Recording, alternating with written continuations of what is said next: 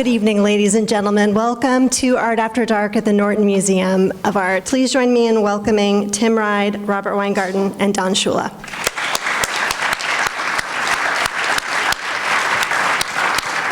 What's going on this evening is that Don Shula and I are here at the Norton Museum to discuss a portrait that I did of Don Shula, which is different than what we typically think of when we think of portraits. It's a metaphorical portrait in that it doesn't show Don Shula's face at all.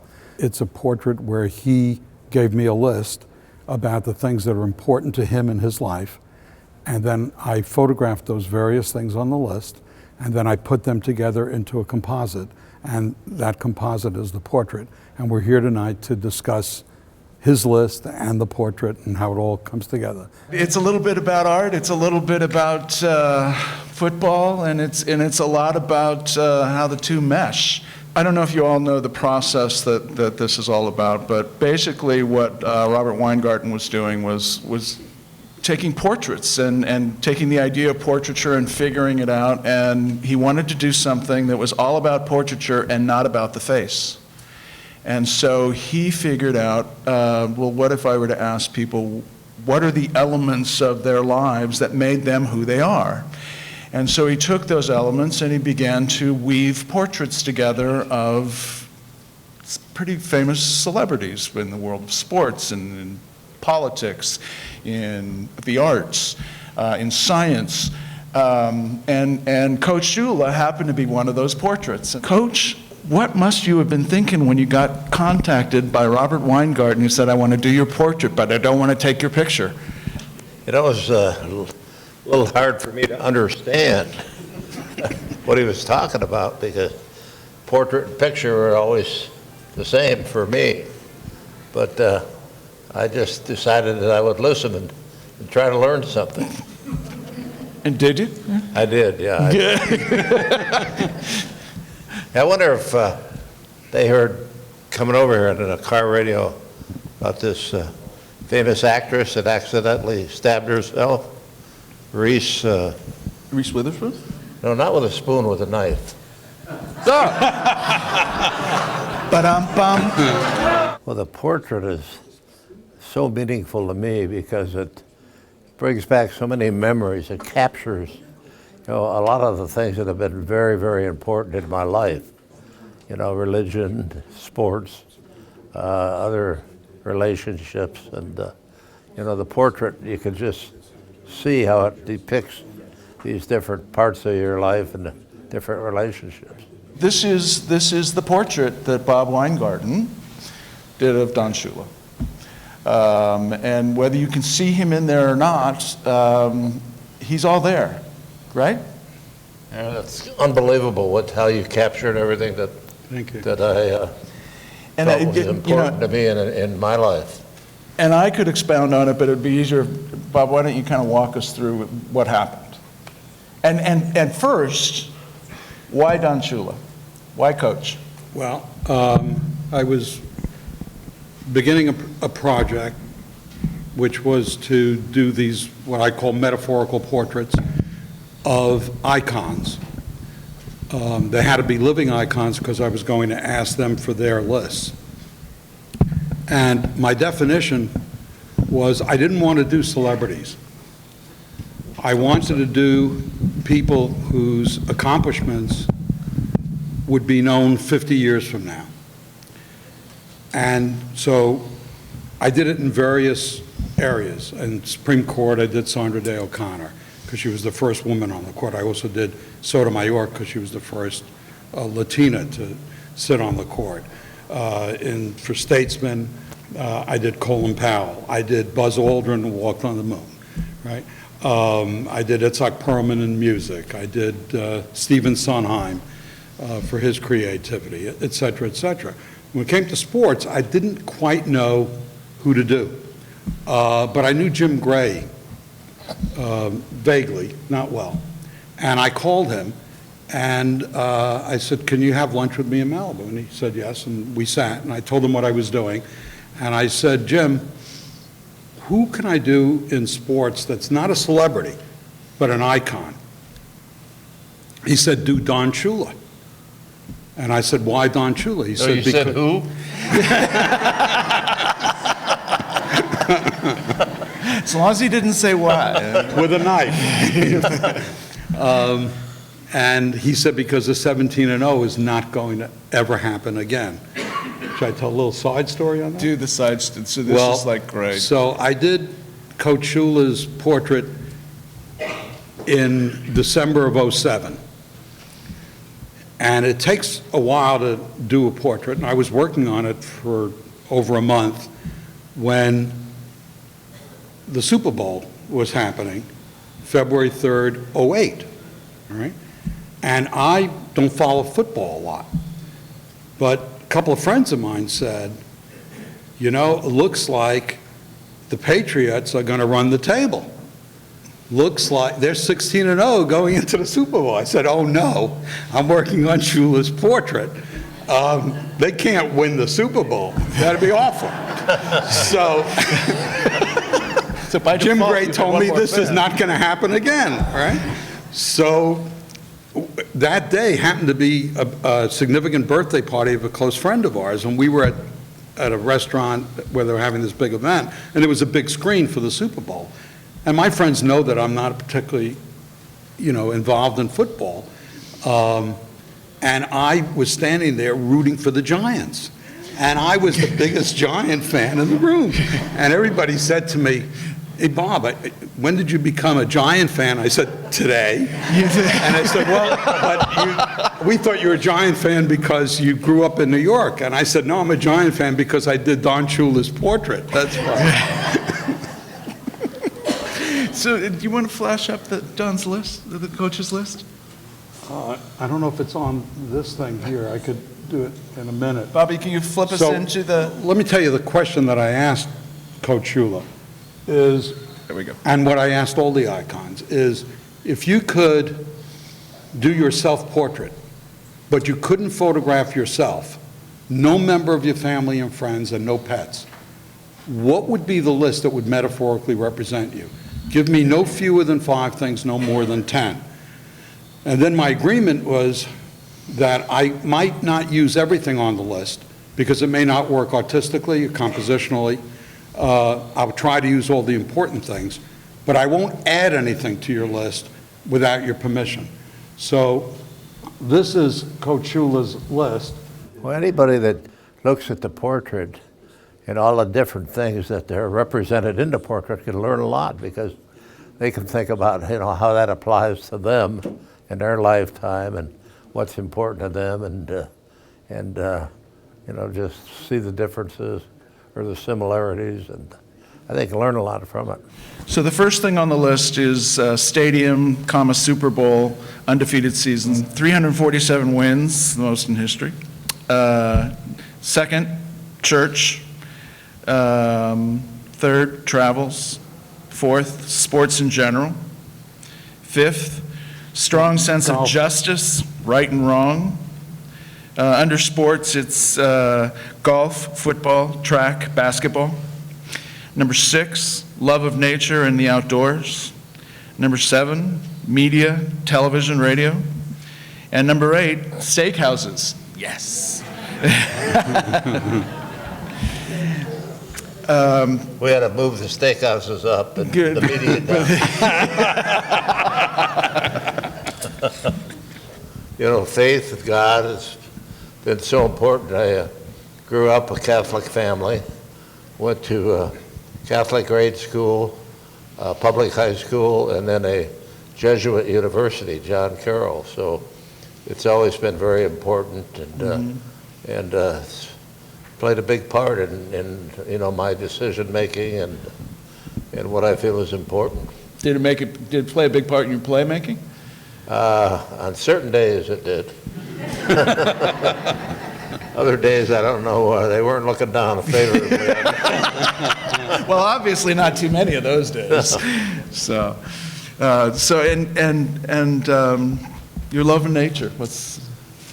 Just, being outside and just, you're just in awe of, what you're surrounded with. And, what a beautiful planet that our Lord built, and They're just, you know, you never get appreciative of it the way that you should. It's just unbelievable. So did that make you very upset when they changed from like real turf to AstroTurf in the stadiums? And I'm still a real turf guy. I'm with you. From the list, I do a series of individual photographs. I'll show you some of them, from which I build the image. First photograph I took was in your house. Is that where I lived? Often. You did at the time, anyway. You claimed it was yours. And you'll see in there, just, Those are 2 Super Bowl trophies. you'll see the trophies in there, but you'll see how they become prominent, because what I do is I take elements of shots and paint them out of the rest of the shot when I build the final image, which you'll see later. So that's one thing.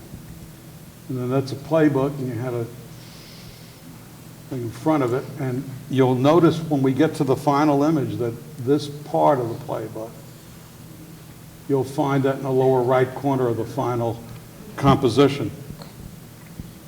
And then this was the golf course that you told me about. And that's, I didn't know whether I was going to use the outside of the church or the inside of the church. I figured I'd better have both shots. So this is the outside of the church, and that's the inside of the church. And you'll see the cross, you'll see the pews in the stadium as I integrated that into the final thing. And that's the field, but you'll notice there were sprinklers going and all that, and I had to get rid of them. So you'll see how I did that. And that's the famous, one of the famous steakhouses. Well, I think there are 2 different lessons. One is an artistic lesson, and that is that just because something is done a particular way for maybe a couple hundred years doesn't mean that there's not some new idea that you can bring. So portraits have always been described as the visage of the person itself, taken at one place and one time, snap. That's what we know as a portrait. And I reconceptualized the portrait, said, well, it doesn't have to be that way. Maybe I can make a portrait that's more biographical, that transcends time and place and subject matter, and not have the person in the portrait at all, but have everything that's important to the person so that it shows as more of a biography of that individual. The other lesson is that I think it was an interesting exercise I did a series of these, and they were all icons like Don Shula, and all in different fields of endeavor. I think it was very interesting how people see themselves. And by forcing themselves to make that list, it forced them to think of what does represent me metaphorically. What am I all about? What is important to me and less important to me? So it was a self-examination exercise as well as an artistic exercise. So we start this image of the stadium on a day when the sprinklers won't stop. So next, you see that the middle section there is very dark. I had to brighten that up. Now I'm creating different tonality. There's the playbook on the lower right, so those of you see it? Separated from the rest of it. Next, there's the restaurant. Now you can see, I don't know if you saw that before, but if you go back, I'm creating highlights, seeing through there where you couldn't see it, now you can. Next, some of them are very subtle. Now you see the golf course, very light. You see that dark spot right there? Next. Okay, brighten that. Next. Brighten that. I'm evening it out before I create the tonality. Next. There's the cross, which I now have painted out of the inside of the church and put it up in the stadium. Next. Now you're starting to get different tonality. Next. Now the church pews are in the stadium. Next. And there's the trophy. Now, it was just a little thing in the other picture. So I paint it out, I build it up, resize it, resharpen it, and put it in there because that's a significant part of the story. Next. Next. Now I'm toning it again. Next. Now, see that there was a, go back one. See that dark spot? This whole row struck me as too dark, so I lightened that. Next. See it? Next. Next. Next. Next. See how I brought that down? Because that was bringing your eye to that side where you can't be. Next. I think we're there. Yep. That's the image. Well, the things that I chose in the portrait are things that have been all very important to me. You know, religion has been a big part of my life. Sports have been a big part of my life. Family have been a big part of my life. And these are things that the portrait captures, and the things that I enjoy talking about and revisiting. Normally, these portraits run anywhere from 30 layers to 60 layers in Photoshop. That's a lot of sitting down. That's and the thing about it is also what becomes sort of technically difficult in these things is because I wanted saturated color, but saturation works against transparency. Right.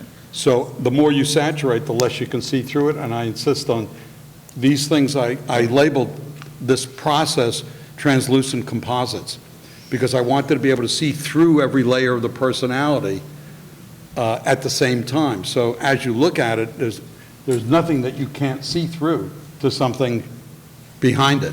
And that process is difficult because the saturation fights the transparency. So I know that part of Bob's process is all of his subjects get one of these prints. So do you remember when you first got one, when you first got this? Yeah, it just blew me away, just awestruck. Because, you know, it's there before you talked about it, but you never saw it. You couldn't visualize it. And then all of a sudden, it's in front of you, and you look to see all these different things that you pointed out. It's a really kind of odd thing. I mean, it's hard enough when somebody comes up to you and says, "Oh, I want to do your portrait," and I mean, it's kind of like daunting. You have to sit there and smile. But when somebody comes up to you and says, "Oh, I want to do your portrait, but I really don't want to see your face," it's got to be kind of odd. I punch him out. So you're lucky you made it out of there. Yeah. So, I mean, I've waited long enough. It's like, Coach, so what about those Dolphins? We're thinking that they're headed in the right direction. I like the coach that's there now, and the quarterback, and they got some good players on defense. They feel like they're gelling. It really does. It looks like things are coming together, and I'm very, very happy for the coach. He's a guy that paid his dues as an assistant coach, and now he's given the opportunity to be a great head coach. So Was that tough for you to make that transition? Yeah, it is. You know, as a player, you're worried about yourself, and you hope you had good teammates. And assistant coach, you had a head coach, and you had other assistant coaches. And all of a sudden, you become the head coach, and you want to make sure you hire good assistants, and you do try to do the right thing. And the thing that tells you whether or not you're on the right track is the results. Are you winning? Are you doing the things that you feel are necessary and important to winning? And then you put it together. So that's what, in the final analysis, what I try to do. I've always wondered this, and maybe I just watched the wrong interviews and nobody ever asked. Was there a point in that 17-0 run when you just thought, okay, we just blew it? I can't recall An incident like that. And if there was a time, I kept it to myself. And probably you should continue to do that. And I think my last question is like, okay, you're forecasting, who's playing in that next Super Bowl? Well, my son is the offensive coordinator in Carolina with the Panthers. They got a quarterback by the name of Cam Newton down there, who's 6'5", 250. He can run, he can throw, and he can do it all. So I'll be pulling for the Carolina Panthers. And the Dolphins, I want them to do well, and I feel a real loyalty to that organization. But there's a team in New England that I hope doesn't get there.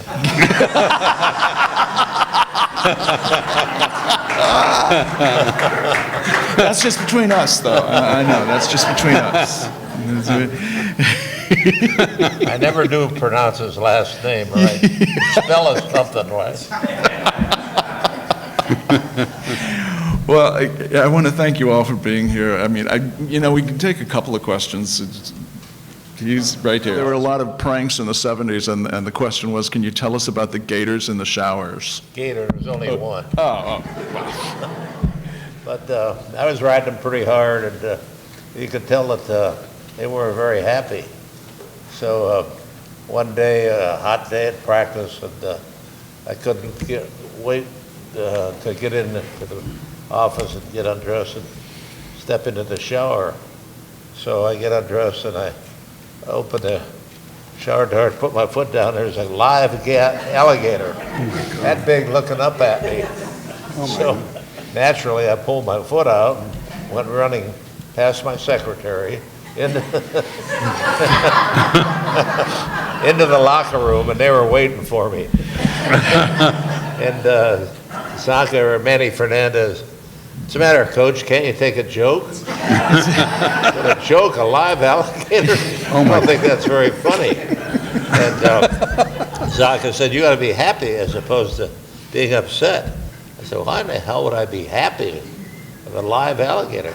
He said, we took a vote and you only passed by one. I said, whether or not we should tape up the mouth of the alligator. That'll do it. Anybody else? Yeah, in the back. Top two quarterbacks. I was just so fortunate in having, great quarterbacks. I had Johnny Unitas when I was when I was in Baltimore. I came down to Miami and had Bob Gracie, and then after Bob Gracie, Dan Marino, and so I'll tell you, they were the best, and so we had a lot of great moments together, a lot of great wins, and but you always had the feeling that they were willing to do the things that you asked them to do in preparation to play the best that they could play, and that's what you have to do. You have to sell the program to the people that you're responsible for, get them to work at it, and then you got to make sure that the results tell you and tell them that we're doing the right thing. And that's where I was very fortunate. Were you tough on the practice field? Yes. I was, sometimes they said things about me that really weren't true. I couldn't have been that bad. Oh, really? I couldn't have been that bad. But after practice, we used to run gassers back and forth across the field. And depending on how I felt about the practice that day, determined how many they were going to run. And sometimes it was quite a bit, quite a few.